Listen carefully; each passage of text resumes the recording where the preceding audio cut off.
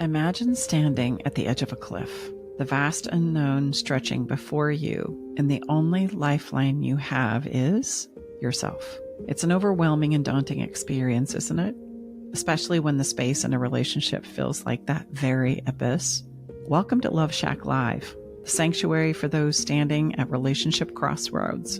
If you're battling daily conflicts, feeling a growing emotional gap, and yearning to rebuild a genuine, lasting bond, you're in the right place. I'm Staci Bartley, your guide through these relationship crossroads. Along with me are my co-host and lover, Tom, and our daughter, Brooke. Together, we're committed to lighting your path and sharing insights that matter. How do you find your footing when the ground of love feels shaky? How can choosing yourself first become the compass guiding you through the fog of uncertainty? Journey with us today as we delve into uncharted territories of the heart. And remember, sometimes the answers we seek are hidden in the spaces we fear the most. Hey, thank you for coming. Welcome to the Love Shack.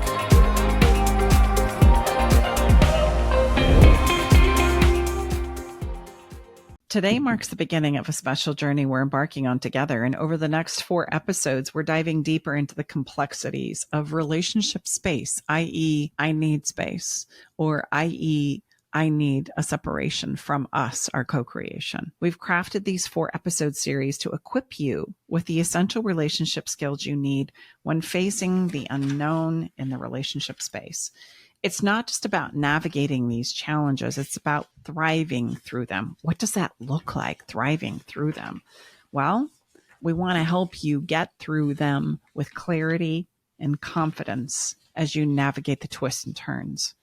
As we guide you through these episodes, we'll also be talking to you about our Love in Limbo 30-day roadmap. It's a comprehensive 30-day journey designed to organically teach you some skills, some mentality, some ways of doing business in your day-to-day life. We're going to ensure that you not just learn about these things, but that you truly integrate them into your life. After all, if this space is not navigated well, the emotional landscape of relationship space can create intense pain and the worst pain of all, regret. I would like to propose that these episodes will apply to anybody because probably guarantee that 99% of the time space is required in a relationship.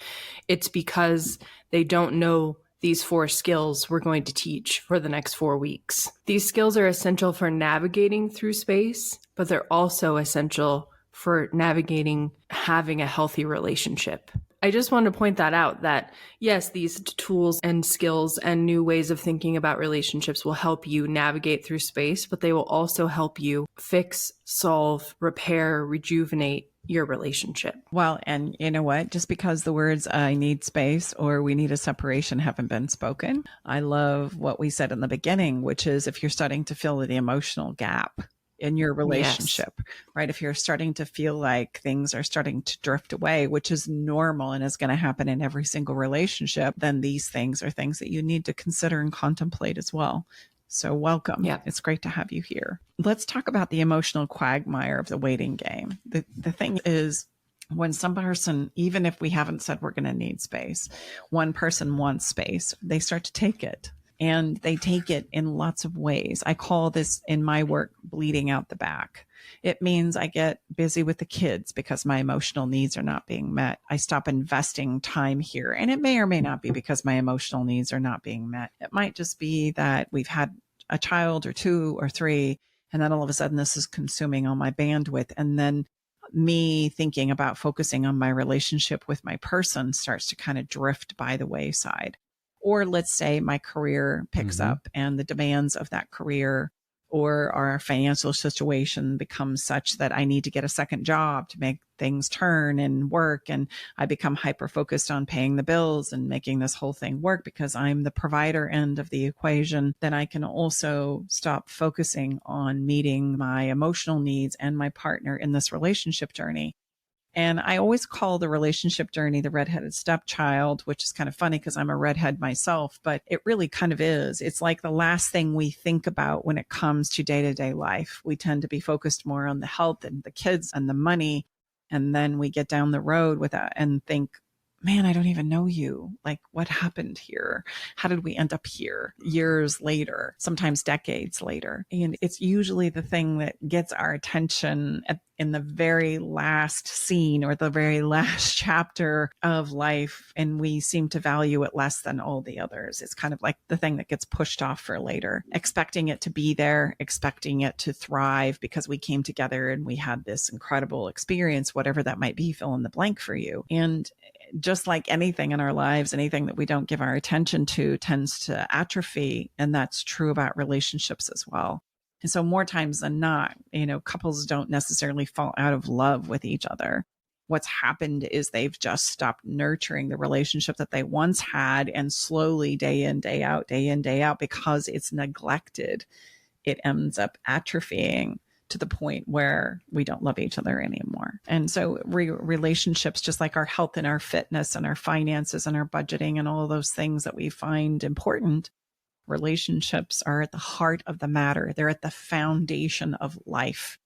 And I want you to know that they are 100% responsible for any of the emotional or mental health challenges that we have. There's a relational issue there. Either the relationship with myself or the relationship with others are at the heart of trauma. They're at the heart of any kind of a mental health crisis. And so it's ironic that this becomes the redheaded stepchild that we push off till later, and yet it's the very foundation that life is built on. Well, and I think, to be fair, it no longer becomes a redheaded stepchild when many times people reach out to us, and that's fine.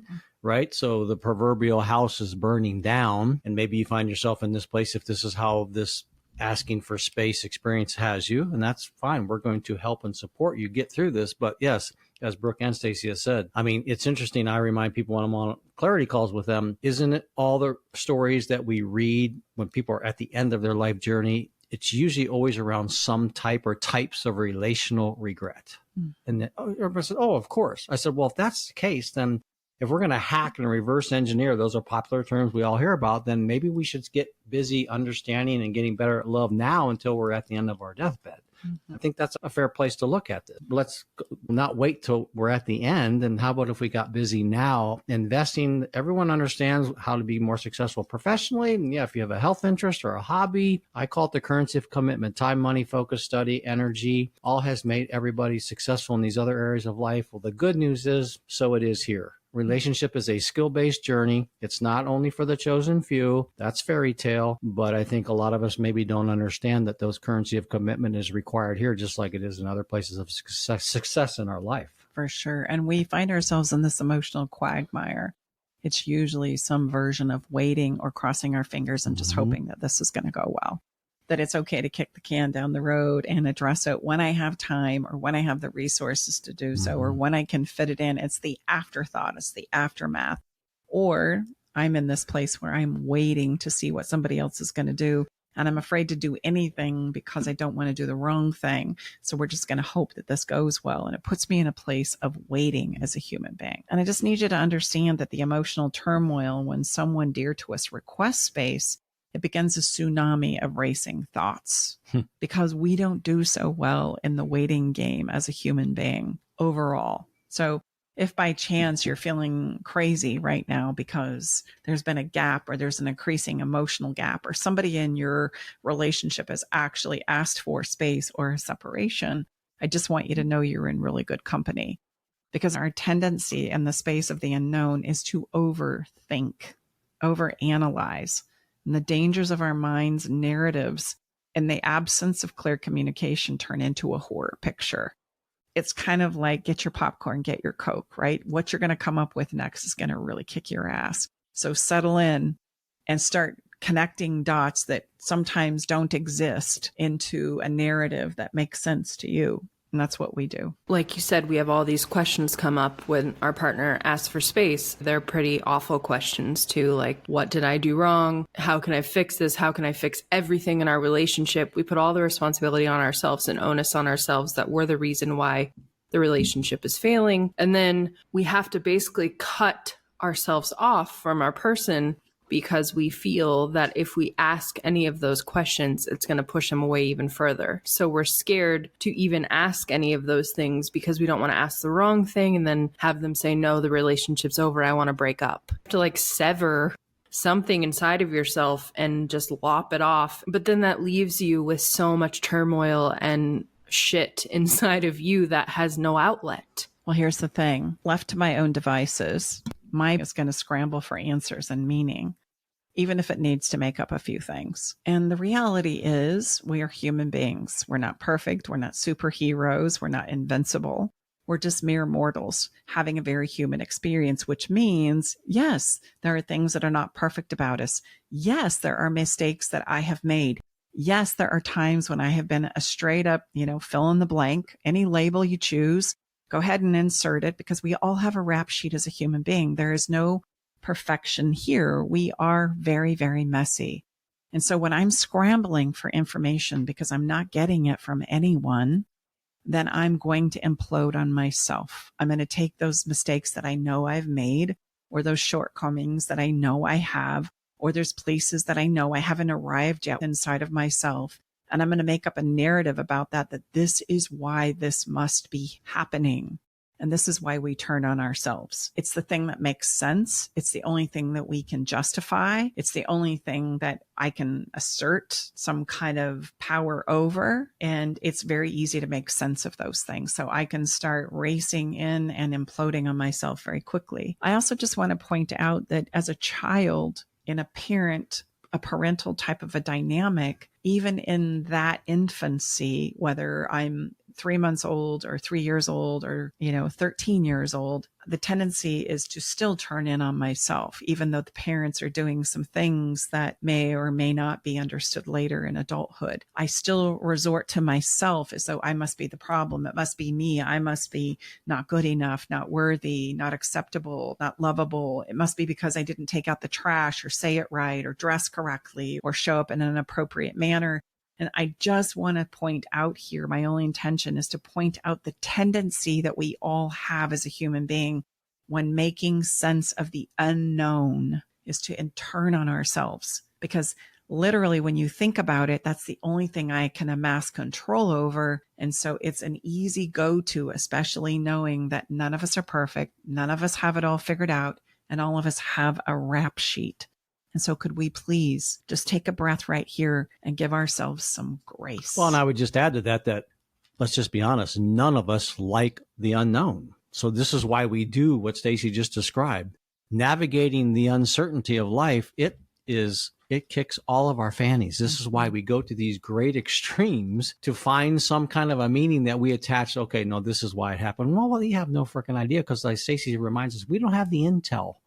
We don't have the intel. That's why we make all this stuff up, because it's killing us to otherwise not know. It's an incredibly difficult place to manage on our own. I think it warrants just saying again, our human brains, when left to the unknown, will scramble for answers and meaning, even if we need to make stuff up. Gosh, and yes. we do. We do. It's not the best possible thing that could be going down is going down now. That's not what we make up. We make up the worst possible thing that could be going down right now is going down right now. And then I become frantic for solutions to counterpunch the inevitable tragedy that awaits me. Even words and movements are calculated and picked through for their intent and meaning, because I'm trying to search for solutions to counterpunch the tragedy that I am sure is inevitable. And so this is how, ironically, we as human beings create a measure of safety. This is also where maybe anxiety or, obsessive compulsive behavior comes into. If I can just make sure that I get these few things right, then I'm going to be okay. I want you to realize it's a thing that our brain does to help us find some safety amongst the storm. It's not your fault. It's not that you're a bad person. It's not who you are. It's how you emotionally cope. And I think those are really important distinctions. So I have to ask you, what is your best lifeline when you're in this place? And here's several of the options that you have before you if by chance you find yourself navigating some of these things that we've touched on. Is begging and pleading for them to have a conversation, have more sex, or come home your best option? Is persuading them to see your intentions, your ferocious love and devotion for them, your best option? tracking them, digging through their phone, or cornering them with an onslaught of questions, which usually turns into a demand for answers. This is what we'll tend to do as humans because, let's be honest, we don't know what else to do. And hell, we got to do something, right? We can't just sit here and stew in this. That's the counterpunch to being able to cope, is I have to do something. I can't just sit here and spin in the emotion. We won't survive this. So we have to do something. So this is what our brains come up with in the efforts to ease our troubled souls and pursue what I truly desire, which is love, connection, stability, and the continuation of all that we have co-created together. I just need you to know there is a better way. And it begins with choosing yourself first. So as I say those words, okay, listener, you probably just had a reaction to this. Let me guess what it was, shall I?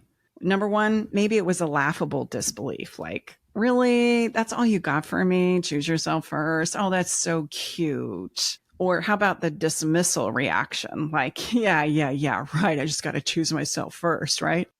Okay, whatever. Click, turn off the recording. That's total BS. Or maybe the frustration like I used to experience in my life when I would hear things like just choose yourself or just love yourself. And I would think to myself, this is so frustrating. I get it logically, but I don't know how the hell you go about doing that. And if that's the first step and prerequisite to having a great relationship, well, I guess I'm just totally screwed. This is typically how we take on this mantra that we usually hold of just choose yourself first, just love yourself, and then everything will be fine. This typically remains in our minds as a human being a self-help mantra that does nothing for us until now. Because what I'm talking about today is not just about self-love, but it's also about self-preservation. It's about clarity and emotional stability. The good news, bad news for you today in this conversation is within you is the only place you will find these attributes: self-preservation, clarity, emotional safety. That's the only place you can find them. You can't buy them. There's nobody you can pay enough money for them.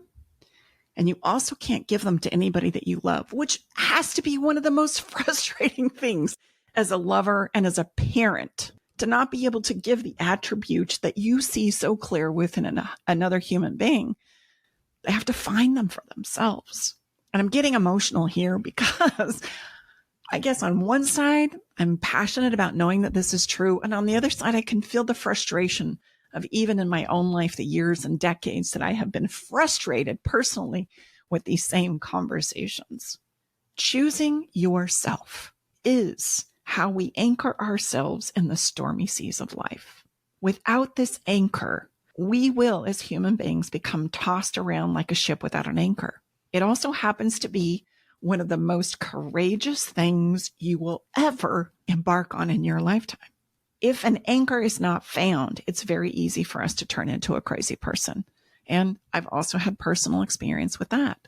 So this is no small thing we're talking about here. This is a huge thing. It is probably the thing that most of us have attempted to avoid for years, if not decades, the turning and facing of myself.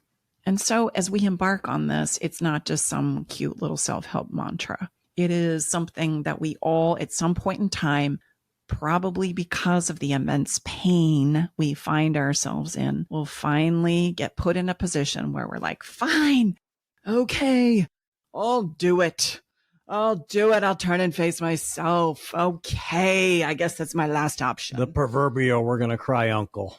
Finally. Yes. And life has a funny way of putting you in that position. Oh, yes, it does. Mm-hmm. It sure does. Very patient. If you don't know that you can go to yourself for validation and clarity and approval and know that you have the answers that you need inside of you, then what happens, the flip-flopping that Mom to Staci was explaining, meaning you will go to everybody else for those feelings. So you'll go to your partner most likely, which is why space can be so hard, because because that avenue for the self-validation and all of those things that you relied on is cut off. And then you're like, well, where am I going to get these things? But these are not the thoughts you're having in your head, but this is why you're having the thoughts you're having in your head. It makes you crazy because you don't know how to ask for it, and you don't really know that you're looking for it from those places, but you are, because you don't know how to give it to yourself.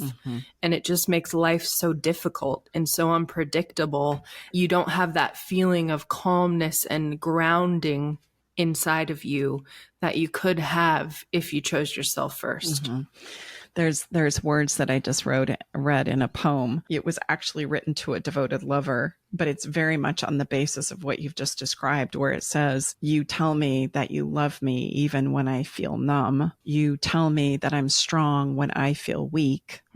You tell me that I can do it when I doubt myself. And that's exactly what we're alluding to, is this exterior validation that I haven't been able to develop inside of myself. And so I need it. And if you tell me that you're tired from maybe doing that for me, then I'm going to panic and immediately fall apart because I don't know how else to get it. So this is usually the quandary that we find when somebody is pulling away, and then we begin to panic. And I've been there myself, right? I was in a relationship that absolutely made me straight up crazy. And in this relationship, I was just so certain that this was the person for me for my entire life, and that all I needed to do was to show him how incredible I was, what an incredible catch I was, right? There was no conversation about what worked for him or about what we needed to co-create or whatever. I was convinced, right, on my own accord and on my own volition, this was what needed to happen. And so I set about taking control in this situation to prove it, demonstrate it. And this put me in a place where, yes, I did a lot of waiting. And I was literally on call, at his beck and call, anytime he needed me to show up. And it was ironic because we're about 50 minutes apart. But even then, even though the logistics were incredibly difficult as a single mom of 5 children, I would be at his beck and call. He would call. I would drive. I was always the one that drove, by the way, the 50 minutes to connect, go to dinner, have a date, and then have to drive back in the middle of the night or early in the morning, whatever was required in order for us to have some space and time together. And then I would wait for the next time that we would get together, we would have the opportunity to spend time together.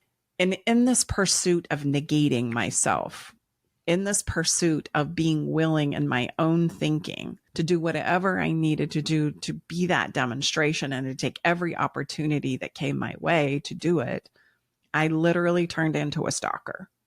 I literally would drive by his house when I couldn't stop thinking about him obsessively. I literally would do inappropriate things to get his attention. I would literally send things or pop out of the blue. I'm so grateful. May I just pay homage to this moment for a second, because he could have straight up called the cops on me, but he never did. He was always very sweet and kind and loving and did his best to understand me. And so just thank you so much for that. And let me just, if you're a new listener, and thank you so much for joining us. This is pre-Tom. This is not me, just so you know. I had to declare that. Yeah, just a disclaimer here. Well, here's the thing. There was a moment that I finally realized in my crazy making that I wasn't okay, just as we all do. Like, oh my gosh, I'm becoming a version of myself that I didn't ever intend to be. I was constantly enrolling him into the relationship. And the realization that I had is that I had better be prepared to do this for the duration of our relationship if I'm willing to make this work. And I thought, oh man, that's going to get tired. I'm going to get really exhausted. I'm exhausted just from the story. I don't know that I can continue to do this. And then it struck me, and this is as I'm coming back to myself, I'm not willing to do this. And if I'm not, then I'd better let this go and allow him to make the choice from within himself to show up for this relationship instead of me constantly being the enroller of it. And that led me to the next step, which I could then see, which is how I had become a version of myself I was not so proud of, and quite frankly, never wanted to be. This was the most painful part of all, I have to be honest, is the face-off with myself. What have I become in this? Like, how did I lose my way? How did I get so crazy that I'm doing these things and justifying it in my own thinking that one more moment or one more opportunity to prove to him that I'm good enough is going to fix anything? All the while, what I'm showing up and behaving as is I'm not good enough. I'm not worthy. I'm not valuable. I'm something, and I have become something that I don't even value inside of myself. And the rejection and the dismissal of myself in pursuit of another was what was really painful. Believing that this was going to be what I needed above all else, the rejection of me, the dismissal of myself, was the most painful part. We all have a choice to make, even the person that's waiting. And if we buy into these lines of thinking and then justify little by little, these things take on a veracity where we all have the potential to become crazy makers and monsters in our own lives. We become versions of ourselves that we never wanted to be. So here's the tip. We need to stop waiting. We need to decide to prioritize ourselves. This will not only help you feel better, but it will help you do better. This needs to become a time of reevaluation for the both of you, not just the person who has requested space. So now let me just make sure for those of us that are like me. Now, wait a minute. So you're saying now that space is never acceptable, or space is something that we can't navigate when one of the persons in the relationship or marriage asks for space? You didn't say that, did you? No, I did not say that. I'm saying that when somebody says, I need space, great. That's your sign to say, okay, we all need to do some evaluation here. We all need to be able to reevaluate where we are, how we got here, and what it is we need to do differently going forward. So it's a time where we all get to stop waiting and prioritize ourselves for a moment. By thinking that way, even if it may seem silly, even if you have to lie to yourself and say, okay, I'm not in a period of waiting, it's kind of like a fake it till you make it situation. And it allows you to take some of your power back, because a lot of times in this space situation, like I said before, we have to lop part of ourselves up and just let it die so that we don't ask a question or push them farther away. Or so you're left with all this wondering, you have to cut it off. And then you're like, okay, what do I do? The ball's in their court. I don't know what to do. I'm just going to become a meek little tiny version of myself and not make any waves. No, that's why space sucks.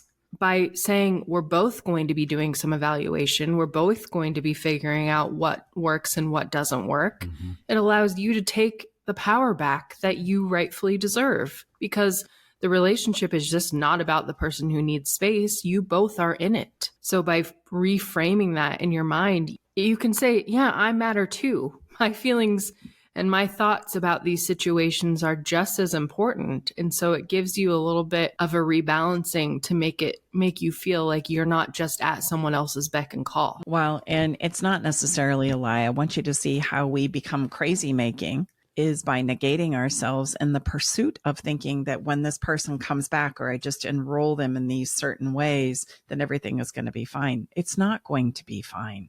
And the reason why it's not going to be fine is in a co-creation, if it's not working for one or more people, then we've got a problem we need to address and figure out. Otherwise, it's going to continue to escalate and become more escalated, more painful, more dysfunctional. And that's just true. I mean, that's just a human principle here. So when somebody throws the flag, which believe me is a courageous move in and of itself, nobody wants to be in that position. I've been in that one too. Nobody wants to throw the flag to say, I can't do this anymore. I need space. Once the flag is thrown, we all need to set about evaluating what works and doesn't work for us, not just the person taking space.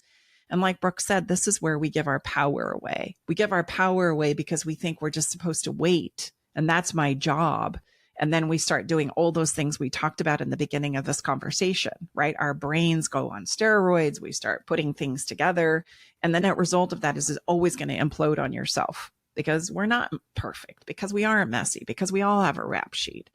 And so then I think if I just change these things about myself, that's how I'm going to prove to you that I'm good enough, without realizing you're just digging a deeper hole in regards to not being good enough. And now you start showing up in ways that you go, oh my gosh, this is even worse than I thought. Just like my example, it's even worse than I thought. I'm even more of a hot mess than when I started, because I'm behaving as though I'm not worthy and I'm not good enough. And the only counterpunch to this I know is to come back to thinking about, okay, wait a minute. They're not the only person that has a choice here. I do too. I have a choice here too. And I need to decide and honestly look at what has worked and doesn't work for even me, the person who was good with how it was going. But if I look back honestly and with a little perspective, I can see things along the way that That starts to make sense.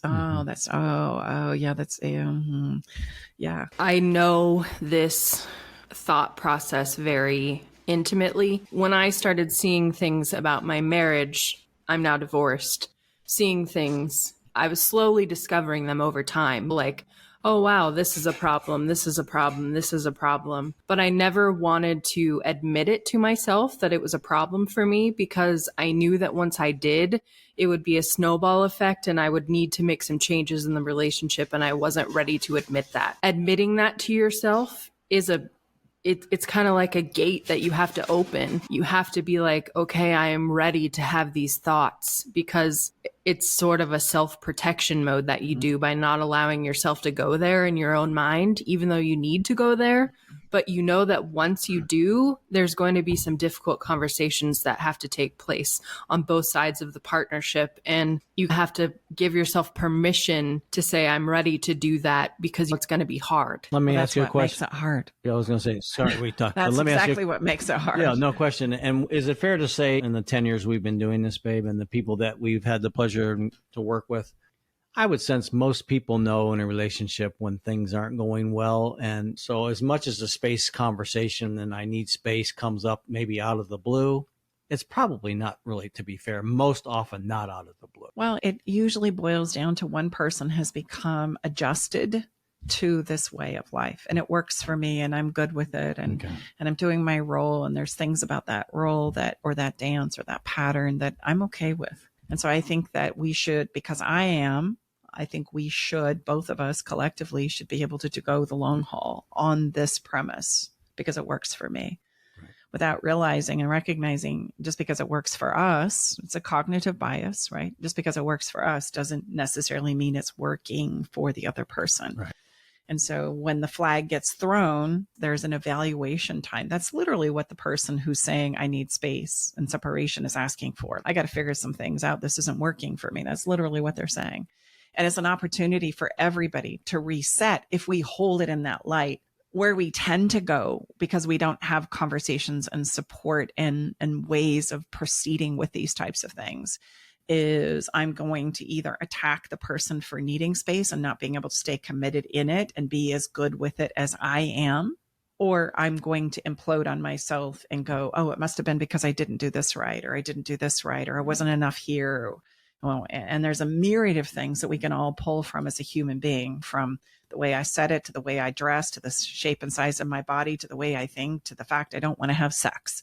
There's lots of things that I can start pulling from that will make it go, oh, it's my fault. It is not. And then I want to prove to you that that intention was not the correct one, that my intention is truly pure, and I do love us, and I'm fiercely in love with you and want to make our family work, and all of these things that we have. And at this point in time, it's like, I can't even take that in right now. And that's a really difficult place to be. But I also think that the person who's being asked for space often will not allow their brain to go and think about what is wrong in the relationship, or admit that there even is anything wrong, because they're just so focused on wanting their partner back, you know? So that was kind of my point there, was you have to, it's a process to even allow yourself to identify relationship problems sometimes, because we're so guarded and we don't want to admit that there could be something wrong, or that maybe we need to get help. And then our partner asks for space, and we like to live in la la land thinking everything was perfect and being so flabbergasted by why they would even ask for space when our relationship was perfect, when we really know that it wasn't. We can, as a human being, if I have a rational story that justifies literally anything that might be playing out of my relationship, then I can get comfortable in living with that pattern. So that's how we enroll. I call these enrollment conversations, but that's how we enroll ourselves into patterns. And this doesn't just happen all at once. People say, how could this be happening? This isn't the person I married. You're right. It's not the person you married. These things have evolved over time, and we've not known how to dance with them. And so over time, we rationalize and justify and make beliefs up about why this or that is not happening or is available or not available. And I do that to be comfortable in the ever changing dynamics of life and our relationship. So I can justify a lot of things in my own mind. If I have a story or a rationale for it, I know it's probably not great, but I can justify anything to get comfortable in living in this space. And so I'm going to just say it again. Some of us have gotten comfortable in living in this space, and others of us have not been able to justify or rationalize it like I did or they did. So they throw the flag. And yet, to your point, Brooke, we can exhale and we can start looking at, okay, what's the truth here? That's going to take some time. And that's why choosing yourself is such a, quite frankly, a put off notion. I want to go through everything else first before I have to face off with myself. It's like, oh, who wants to do that? And so it usually comes about when I literally have been put in that uncle position, which is in my world a place where the world is leaning on you with an elbow in your back going, how about now? You want to address this now? You want to think about this now? And we go, okay, fine, I'll do it. I'm in enough pain. I can't think of anything else to do. I've tried all the other options. So I guess this is the place I'll have to go next because I don't know what else to do. And I just want you to know, as painful as that is, that's what it took for me. And that's what it takes for most of us to go, fine, I'll look at myself. I'll look in there and maybe give a little value or credit to that being a valuable piece of wisdom. It's usually in a place of intense pain. And I've gotten to what I call the bottom of my bag of tricks. I can't rationalize it, justify it. I can't. And these can be moments, believe it or not, of good news, because that is the moment where we can truly step out and we can start understanding things about ourselves and life and the dynamics of relationship and partnership in a whole new vein and perspective. And so in pursuing this line of wisdom, the steps to truly embracing the choose yourself idea is, number one, we have to begin by developing the ability to translate your own thoughts, feelings into a language that you can understand. If we don't do this, then we're going to continue a pattern of just reacting to every high and every low that tends to play out in our lives. And we're still not going to understand ourselves. It's just going to be a place of reacting again and again and again.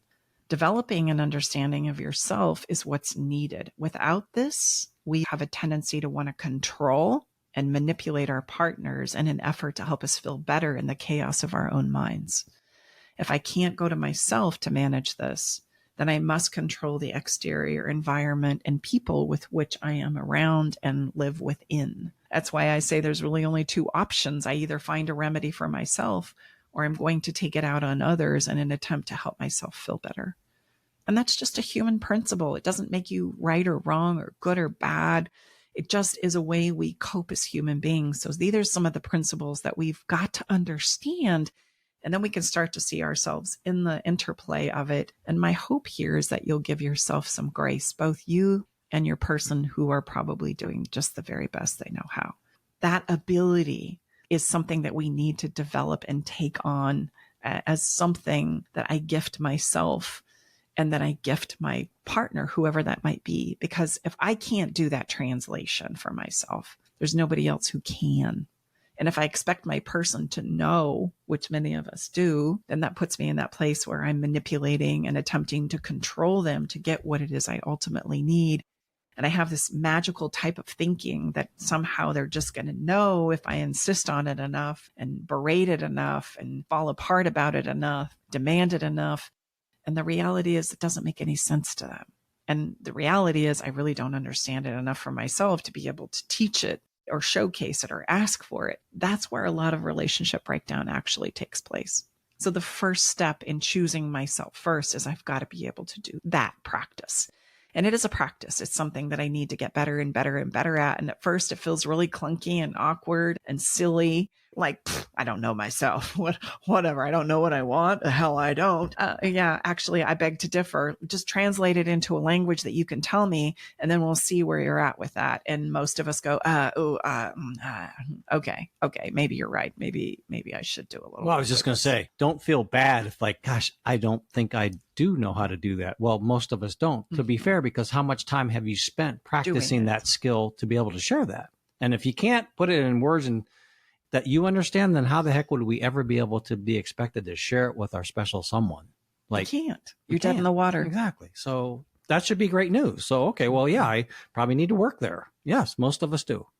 And the second thing we need to do is practice and learn how to validate ourselves. We've kind of touched on this, but I think it's important for us to dive deep into this topic because, again, without this ability, I need, by matter of survival as a human being, someone to validate my existence for me as my fears and insecurities spiral out of control.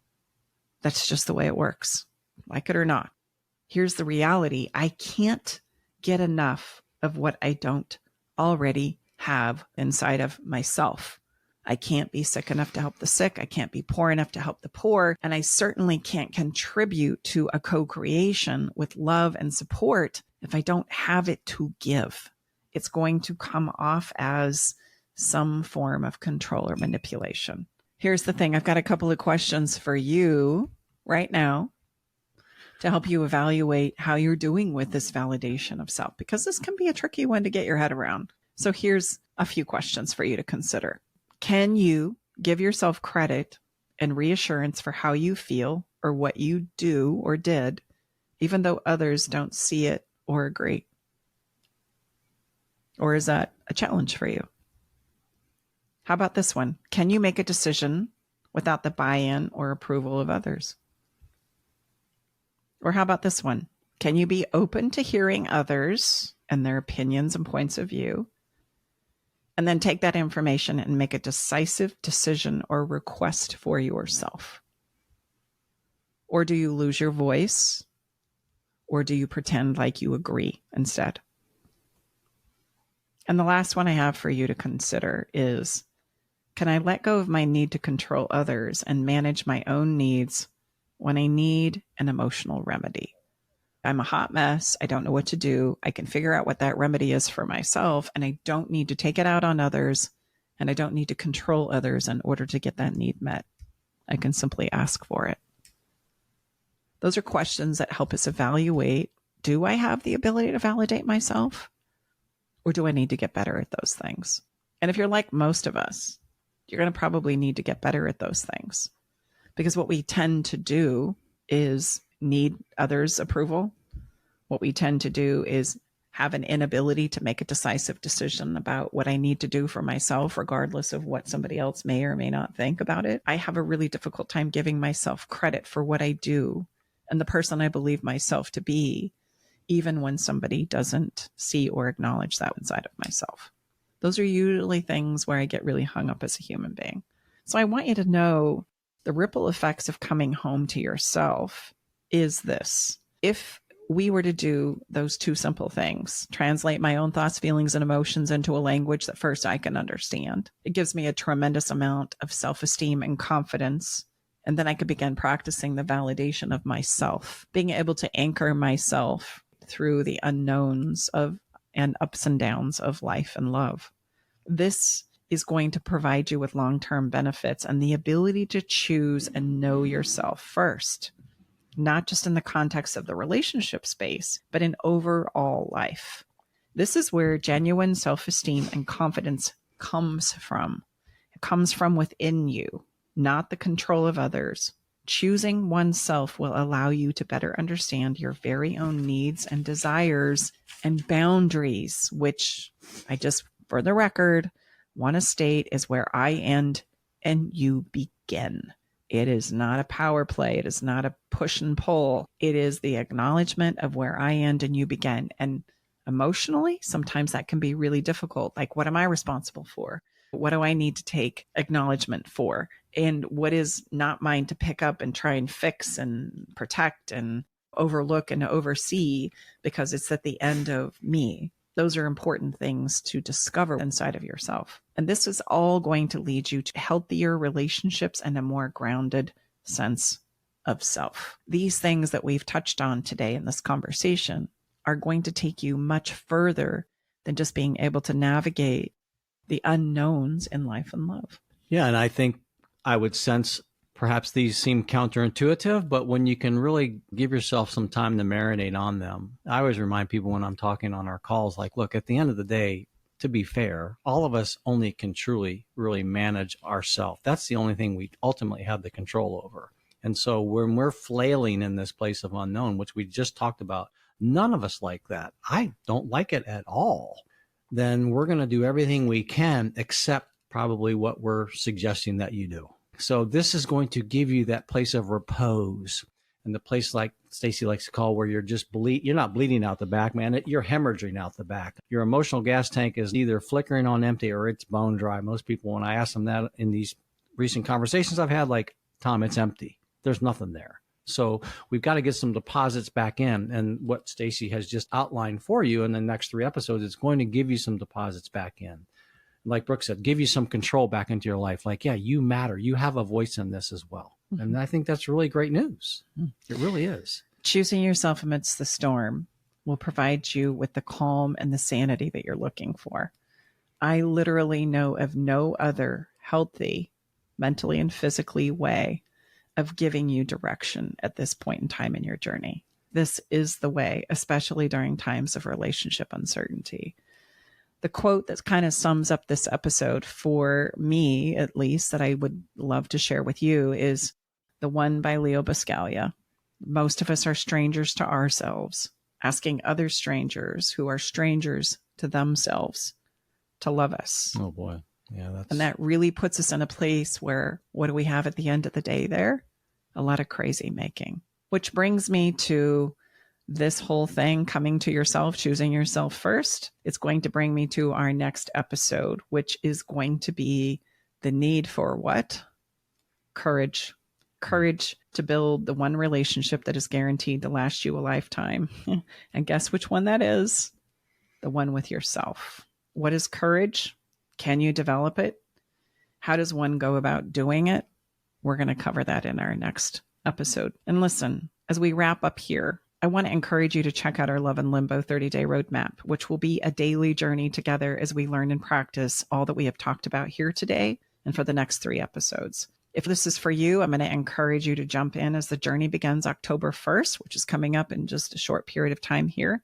And this journey will not be repeated until January of 2024. You'll find all the information that you need to enroll in our show notes or by visiting loveinlimboroadmap.com. We invite you to step into a space of understanding and healing with us today. Here's our follow the fun for the day. I think it's appropriately positioned because what I'm going to ask you to do is to do one thing for yourself. This particular follow the fun has nothing to do with anybody else, only you. And what I'm going to invite you to do today is to take yourself on a date all by yourself. Nobody's allowed to come. No partners, no friends. Nobody gets to meet you there. It's a date for you. Where is a place that you've longed to go or something that you've learned to wanted to explore, longed to explore? Where is a place that you just want to go? And is that thrift store? Is it a park? Is it a hike? Is it a museum? Is it an art class? Is it a lecture? Where is it that you would like to take yourself just for you? I'm going to encourage you to do that sometime within the next few days. You don't need to feel guilty about it. You don't need to feel ashamed. You deserve it. In fact, it's the one thing that you can do to start reconnecting with yourself right now and have a little bit of fun along the way. So what's your date for you? Only you. And our song, I tell you, this one made me sweat. And what I found to be true is we need a song about coming home to yourself that isn't based in religious paradigms.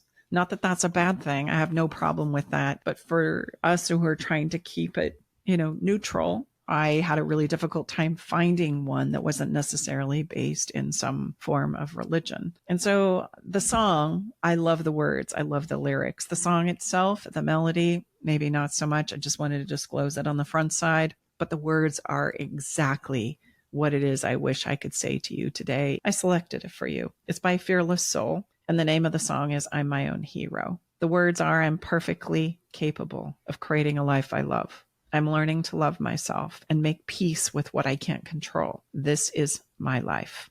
Nobody decides where I go but me.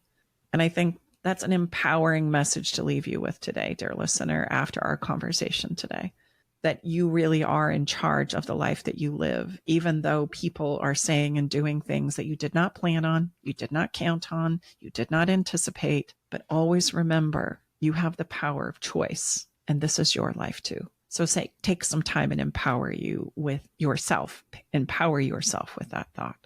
You can listen to this week's song along with our entire playlist by going to our website podcast page, or you can find it on Spotify at Love Shack Live Playlist.